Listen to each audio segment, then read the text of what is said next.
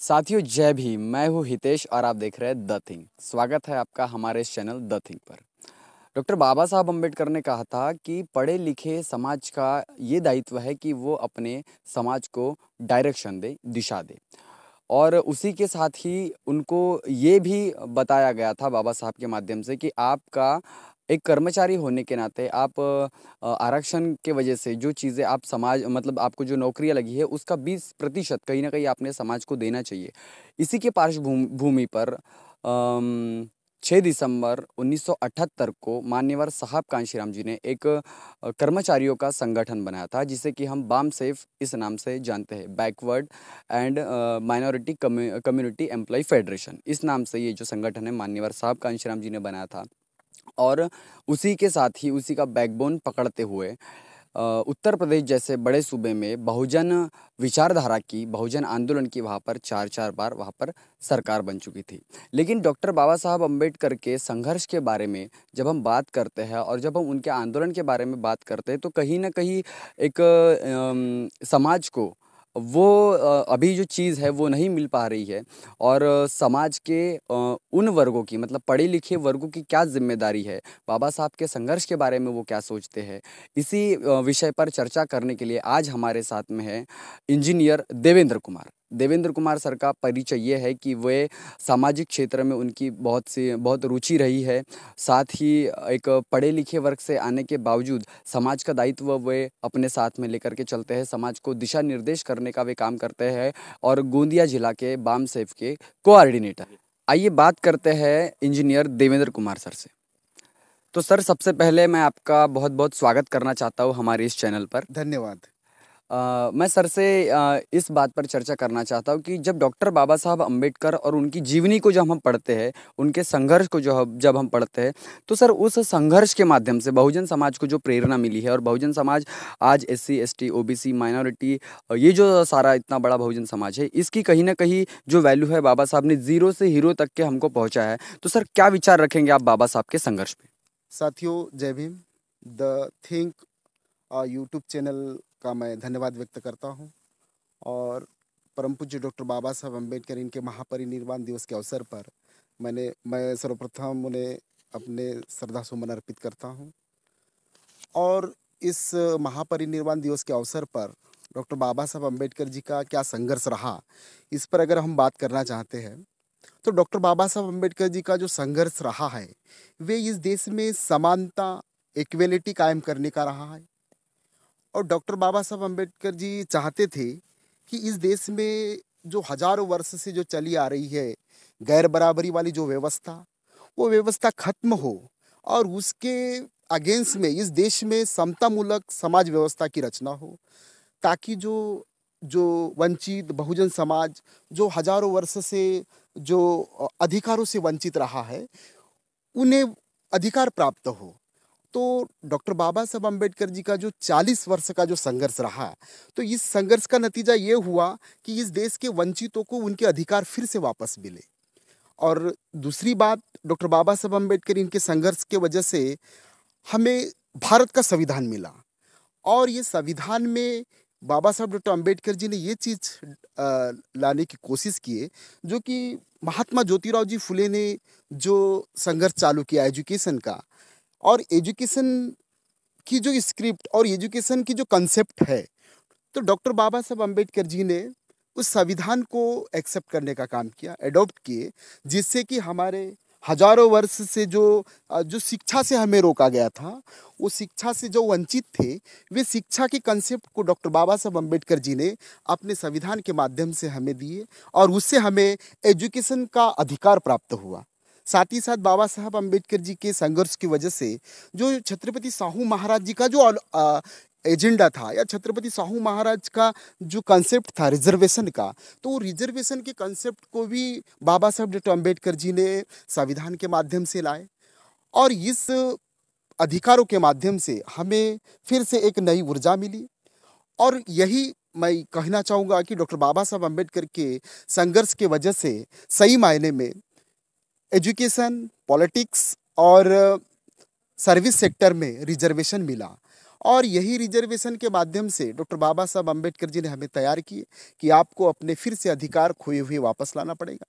तो डॉक्टर बाबा साहब अम्बेडकर का ये भी एक एजेंडा था, या यही एक मूवमेंट था, ये संघर्ष था कि इस देश के 85% बहुजन समाज के लोगों को वो बहुजन समाज के लोग फिर से हुक्मरान बने। ये भी कंसेप्ट बाबा साहब का था और इस कंसेप्ट से बाबा साहब का संघर्ष रहा और यही संघर्ष का नतीजा ये हुआ कि उससे सर्विस सेक्टर्स और पॉलिटिक्स में और एजुकेशन में सभी को लाभ मिला।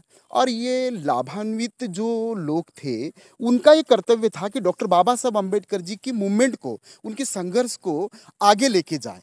लेकिन ऐसा नहीं हुआ। ऐसा जब हम इतिहास और उनके लिटरेचर को जब हम देखते हैं बाबा साहब के, तो हमें ये समझ में आता है कि ये जो लाभान्वित जो लोग थे उन लोगों ने अपने खास मकसद के लिए अपने जीवन में ही सीमित रहे और बाबा साहब अम्बेडकर जी का जो संघर्ष था वो आगे नहीं ले जा सके। इसलिए अंत में बाबा साहब लास्ट मोमेंट में कहते हैं कि भाई मैं जिन लोगों के लिए ये संघर्ष किया हूँ, जो अति पिछड़ा वर्ग, शेड्यूल कास्ट, शेड्यूल ट्राइब के लोग हैं, ये बात अंतिम तक जाना चाहिए था। जो पॉलिटिकल पावर इज मास्टर की ये जो चीज़ कही बाबा साहब ने, ये अंतिम छोर तक जाए, ये मैसेज जाए। लेकिन ये हमारे जो बाबा साहब के संघर्ष के बाद जिन्होंने फ़ायदा उठाए, इन उन लोगों का काम था। इसलिए बाबा साहब लास्ट में कहते हैं कि अंत में उन दुखी होके एक बात कह देते हैं कि भाई इन पढ़े लिखे लोगों ने मुझे धोखा दिया है। तो यही बात है। तो ये एक बहुत ज़रूरी बात बाबा साहब ने लास्ट में कही जिसमें काफ़ी महत्व छुपा है। ऐसे बात करने के बाद में हमें ये पता चल रहा है कि जिसकी जितनी संख्या भारी उसकी उतनी हिस्सेदारी, भागीदारी। तो ये जो कोटेशन है बाबा साहब ने कहीं ना कहीं पूरे बहुजन समाज को रिजर्वेशन दे करके कहीं ना कहीं आगे बढ़ाया है, हमको बेसिक फंडामेंटल राइट्स दे करके हमारे जीवन के जो द्वार है, हमारे विकास के जो द्वार है, हम समाज में रहकर डेवलपमेंट कैसे कर सकते हैं, इसलिए बाबा साहब ने फंडामेंटल जो राइट्स दिए हैं ये कहीं ना कहीं हमारे लिए बहुत बड़ा हमारा हथियार है। तो सर मैं आपसे एक और सवाल ये पूछना चाहता हूँ कि जैसा बाबा साहब जी का महापरिनिर्वाण होता है और उसके बाद में बाबा साहब जी का जो आंदोलन है वो कहीं ना कहीं थम सा जाता है। 1956 के बाद में जब देखते हैं तो बाबा साहब ने जो पहले लड़ाई लड़ी थी, जो पहले हमको उस लड़ाई के माध्यम से हमारे मतलब देश स्वतंत्र नहीं होने के बावजूद भी बाबा साहब चुनाव जीते थे। लेकिन चुनाव देश स्वतंत्र होने के बाद में जो बाबा साहब को 2 बार हराया गया और बाबा साहब के आंदोलन को कहीं ना कहीं एक ब्लैक टाइम जो ब्लैक पीरियड जो बोल सकते हैं वो वहाँ पर चालू हुआ। तो सर इस संदर्भ में आप क्या कहना चाहेंगे? देखो, बाबा साहब डॉक्टर अम्बेडकर जी का जो मूवमेंट है और जहाँ तक बाबा साहब की मूवमेंट की और संघर्ष की समझने की बात है, तो ये पहला काम जब बाबा साहब डॉक्टर अम्बेडकर जी का जब महापरिनिर्वाण होता है और बाबा साहब डॉक्टर अम्बेडकर जी के इर्द गिर्द जो भी सिपाही रहते हैं तो उन्हें पता होता है बाबा साहब डॉक्टर अम्बेडकर जी का मूवमेंट एक्चुअली क्या है। तो ये बाबा साहब के महापरिनिर्वाण दिवस के दिन के बाद ये जवाबदारी तो उन सिपाहियों की थी। बाबा साहब ने जो बात कही कि आप समाज में जाकर ये चीज़ को लाओ, भाई भारत का संविधान क्या है, उसके बाद भारत के संविधान में कौन कौन से हमें अधिकार मिले इसकी जानकारी समाज तक पहुंचाओ। हमारा ये पॉलिटिकल पावर जो कहा गया बाबा साहब ने कि राजनीति की एक मास्टर चाबी है, उसको अगर आप अपने हाथ में लेते हो तो आप अपने विकास के द्वार खोल सकते हो। तो ये जो मैसेज है, ये मैसेज देने का काम बाबा साहब डॉक्टर अम्बेडकर जी के जो साथ में थे, तो पहला काम उनका था कि नए जनरेशन में, नई पीढ़ी में ये पहुंचाए। लेकिन वो कहीं ना कहीं असमर्थ रहे इस बात में, क्योंकि उनने देखे बाबा साहब डॉक्टर अम्बेडकर जी के जो कॉन्स्टिट्यूशन असेंबली का संघर्ष उन्होंने देखे, किस तरह से कि वहाँ मौजूदा जो राजनीति पार्टियां थी या राजनेता थे उस समय के, कैसे बाबा साहब को उन्होंने प्रताड़ित किया, कैसा रोका, ये संघर्ष उनने देखे। जहाँ तक कि लोकसभा का इलेक्शन हो बाबा साहब का, उस समय भी क्या तकलीफें गई और किस तरह से बाबा साहब डॉक्टर अम्बेडकर जी ने जो संघर्ष किया ये सिपाहियों ने देखे। तो उन्हें ये नैरेटिव बात आ गई कि डॉक्टर बाबा साहब अम्बेडकर जी ये सब करते हुए इनको काफ़ी तकलीफ आए, तो हम ये नहीं पहुंचा सकते ये मैसेज को, जो हुक्मरान बनने का जो मैसेज है या फिर बाबा साहब द्वारा जो संघर्ष चला गया, इसको नए पीढ़ी तक पहुंचाने के लिए हम असमर्थ है, ऐसा उन्हें महसूस हुआ। और इसलिए साथियों कि उन लोगों ने क्या किया कि फिर इधर उधर न जाते हुए अन्य राजनीतिक दलों में चले गए और ये राजनीतिक दलों में जाने के बाद बाद बाबा साहब अम्बेडकर जी की जो जवाबदारी जिन पर थी, उन लोगों ने बाबा साहब के संघर्ष को कमज़ोर करने का काम किया। और ये कमज़ोर करने का काम चला 56 से 65 तक। डॉक्टर बाबा साहब अम्बेडकर जी का जो संघर्ष बढ़ने का था, तो वहाँ उस पीरियड में कम हो दिखाई देता है। जब हम अब बाबा साहब के लिटरेचर को जब पढ़ते हैं, तो हमें ये नज़र आता है कि 56 से 65 तक बाबा साहब के संघर्ष को कमज़ोर आंका गया, कमज़ोर दिखाई देता है। ये बात होगी। सर से जानने के बाद में हमें ये पता चलता है कि कहीं न कहीं पढ़े लिखे वर्गों की ये जो ज़िम्मेदारी थी, वो उन्होंने वहाँ पर पूरी नहीं की। साथ में बाबा साहब के साथ में जो लोग राजनैतिक रूप से जो लोग जुड़े हुए थे, उन्होंने कहीं न कहीं उनमें नेगेटिविटी आ गई। उन्होंने बाबा साहब के संघर्ष को ध्यान में न रखते हुए उन्होंने अन्य पक्षों में, अन्य दलों में उन्होंने अपना जो है मतलब कहीं न कहीं उन्होंने कदम रख दिया। उसके बाद में बाबा साहब का मूवमेंट कहीं न कहीं हमें कमज़ोर नज़र आता है। लेकिन सवाल ये भी उठता है कि बाबा साहब के इतने बड़े मूवमेंट को कमज़ोर होते देख, जब हम देखते हैं 1956 के बाद में बाबा साहब का मूवमेंट कहीं न कहीं कमज़ोर होता है, लेकिन उसके बाद में बाबा साहब का मूवमेंट जो है वो कहीं न कहीं धीरे-धीरे मतलब एक चिंगारी जलती है, और उस चिंगारी के माध्यम से वो जो आंदोलन है बाबा साहब का, वो फिर से कहीं न कहीं चालू होता है। तो सर 1956 के बाद में बाबा साहब के आंदोलन को किसने बढ़ाया, ये हमारे दिमाग में, ज़हन में प्रश्न आता है। तो इस विषय पर सर आप क्या कहना चाहेंगे? आपने सही सवाल उठाया, और इस सवाल पर बात इस समय होना बहुत ज़रूरी है। तो बाबा साहब डॉक्टर अंबेडकर जी के मूवमेंट जब सेटबैक आया 65 में, और ये सर्वप्रथम बाबा साहब और उनके मूवमेंट को समझने का मौका मान्यवर कांशीराम साहब को जब मिला, तो और मान्यवर कांशीराम साहब ने ही फुले शाहू और बाबा साहब की मूवमेंट की बारीकाई को समझे। और उन्हें ये पता चला कि डॉक्टर बाबा साहब अम्बेडकर जी ने एक संदेश दिया कि इस देश में कॉन्स्टिट्यूशन लागू है, और हम आपको ये सारी चीज़ें जो अधिकार दे रहे हैं, तो ये अधिकार आपको तभी मिल सकते हैं जब इस देश में आप हुक्मरान बनो। ये संदेश बाबा साहब का डायरेक्टली था कि भाई आप इस 85% बहुजन समाज जो है इस देश का जब राजा बनेगा, और राजा बनाने का मौका बाबा साहब ने संविधान के माध्यम से, डेमोक्रेसी के माध्यम से, वोट के माध्यम से दिया है। तो मान्यवर कांशीराम साहब ने यही बात पकड़कर कि जो पॉलिटिकल की जो मास्टर चाबी है वो हाथ में लेकर ये बहुजन समाज का कैसा उत्थान हो, इस बेस पर मान्यवर कांशीराम साहब ने बात पकड़ी। और वही बात को लेकर मान्यवर कांशीराम साहब ने बाबा साहब फुले शाह अम्बेडकर जी के मूवमेंट को समझा, और ये समझकर वो बाबा साहब ने जो ब्लेम लगाए थे कि इन पढ़े लिखे लोगों ने मुझे धोखा दिया है, वही कोटेशन को बाबा साहब ने कोट किया और कांशीराम साहब ने किया।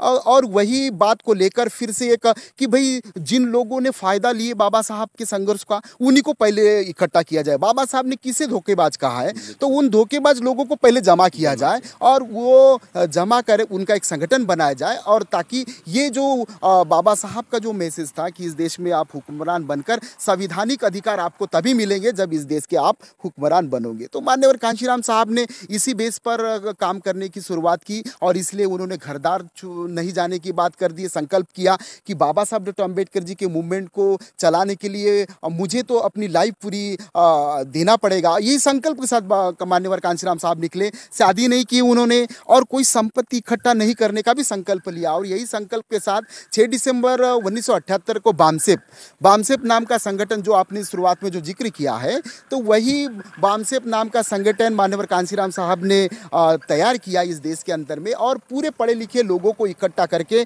उनके अंदर एक प्रेरणा जागृत की है कि ये सारी जो चीज़ जो मिली है, जो हमें प्राप्त हुई है, ये डॉक्टर बाबा साहब अम्बेडकर के अथक 40 साल के कड़े संघर्ष के वजह से है। और यही बात समझाने का काम मान्यवर कांशीराम साहब ने किया, और बड़े पैमाने पर इस पर सक्सेस भी हुए मान्यवर कांशीराम साहब। और बाबा साहब के निधन के बाद, महापरिनिर्वाण के बाद जो ये कारवां रुका था, जो मूवमेंट रुक गया था, तो उस मूवमेंट को गति देने का काम आदरणीय मान्यवर कांशीराम साहब ने किया है। ये मैं कहना चाहूँगा आपके चैनल के माध्यम से। मैं अकेला ही चला था जानिबे मंजिल, लोग जुड़ते गए और कारवां बनता गया।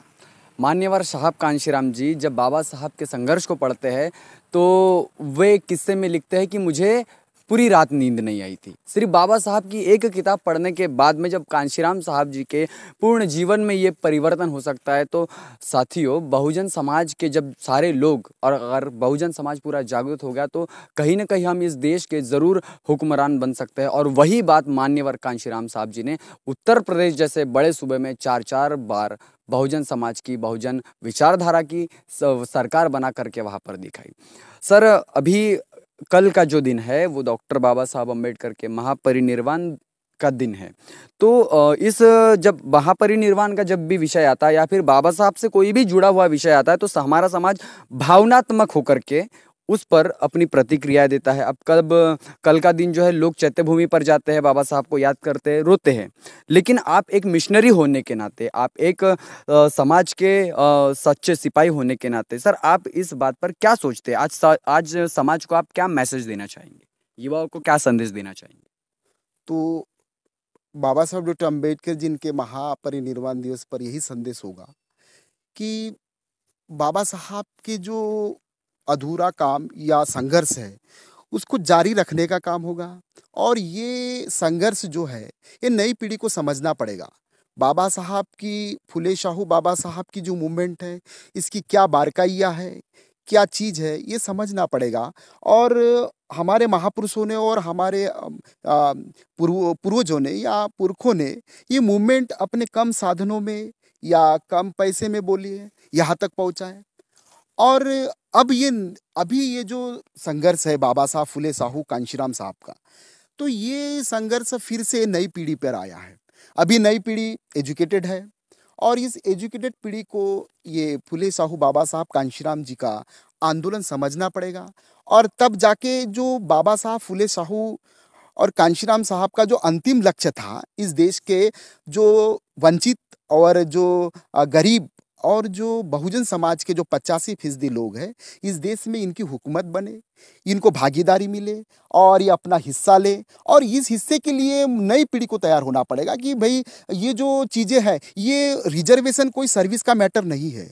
ये रिजर्वेशन ये एक पार्टिसिपेट है इसमें कॉन्स्टिट्यूशन द्वारा कि हम भारत के शासन में, गवर्नर में हम हमारी भागीदारी होना चाहिए, रिप्रेजेंटेशन होना चाहिए। और ये बात है, ये युवाओं को समझना चाहिए। लेकिन आज का युवा ये बात अगर समझता है कि रिजर्वेशन, वो पॉलिटिकल रिजर्वेशन हो या एजुकेशनल हो या फिर सर्विस का रिजर्वेशन हो, तो ये कोई ये सर्विस का मैटर न होते हुए ये भागीदारी का है, रिप्रेजेंटेशन का है। तो ये युवाओं को अगर हम समझते हैं, तो बाबा साहब डॉक्टर अम्बेडकर जी की संघर्ष को सही समझा जाएगा कि उनका जो कहना था कि ये जो गरीब आदमी है, जो अंतिम छोर का व्यक्ति है, उसको मेन धारा में लाने के लिए संविधान ही ला सकता है। और ये बात उनको समझना बहुत जरूरी है साथियों। और यही युवा से मैं युवाओं के लिए यही बाबा साहब का मैसेज होगा कि भाई आप बाबा साहब के संघर्ष को, उनकी बारकाई को समझकर अंतिम लक्ष्य तक पहुंचाने का काम अब नई पीढ़ी पर आए, क्योंकि नई पीढ़ी ज़्यादा एजुकेटेड है।